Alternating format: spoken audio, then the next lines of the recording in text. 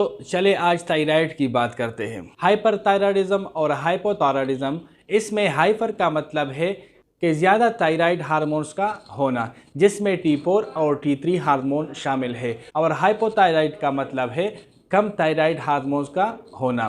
ठीक है, आइए पहले हार्मोन्स को समझ लेते हैं। हार्मोन्स ऐसे केमिकल है जो कि खून के ज़रिए पूरी बॉडी में जाते हैं और बॉडी के फंक्शंस और ग्रोथ को कंट्रोल करते हैं।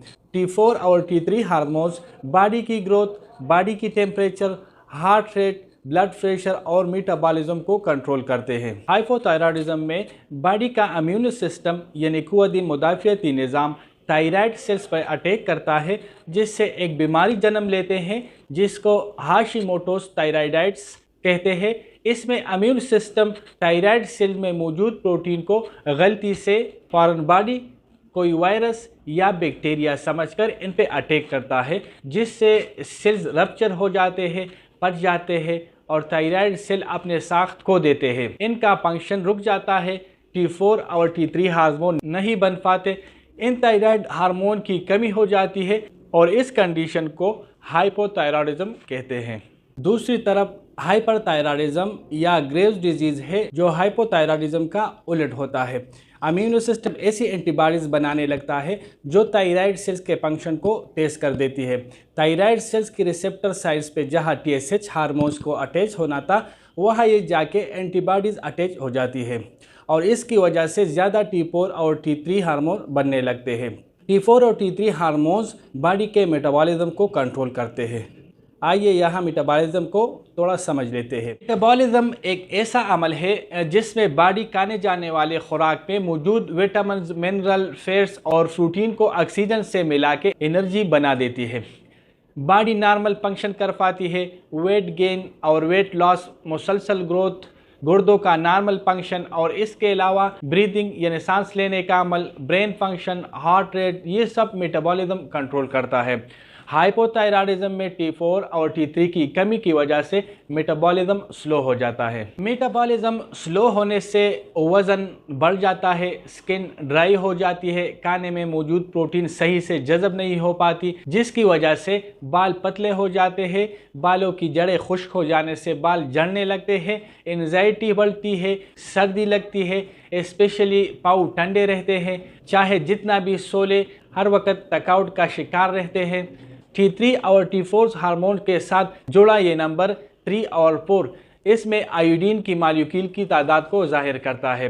T3 में 3 आयोडीन मालिक्यूल जबकि T4 में 4 आयोडीन मालिक्यूल होते हैं। लीवर में मौजूद एंजाइम T4 से एक आयोडीन मालिक्यूल हटा के इसे T3 में कन्वर्ट कर देते हैं। T3 एक्टिव फॉर्म है थायराइड हार्मोन की। इस कन्वर्जन की वजह से हम ये कह सकते हैं कि 80% थायराइड का सारा फंक्शन लीवर के थ्रू होता है। T4 से T3 बन जाता है तो लीवर का डैमेज होना एक वजह है थायराइड प्रॉब्लम की। ये एक क्रोनिक कॉन्स्टिपेशन की वजह से हो सकता है और बॉडी में inflammation, high blood glucose, insulin resistant, high cholesterol, इन सब में लीवर बैकअप करता है। बाइल प्रोडक्शन सही से नहीं हो पाती, लीवर पे पेट्स जमा होने लगता है, इसलिए थायराइड्स का शिकार लोग डायबिटीज़ और फैटी लीवर का भी शिकार होते हैं। इसके बाद पित्ता यानी गाल ब्लैडर अगर सही से काम नहीं कर रहा या पित्ता मौजूद नहीं है बॉडी में, मतलब निकलवा दिया गया है, तो ये एक वजह हाइपोथायराइडिज्म की है, क्योंकि बाइल प्रोडक्शन डिस्टर्ब रहती है।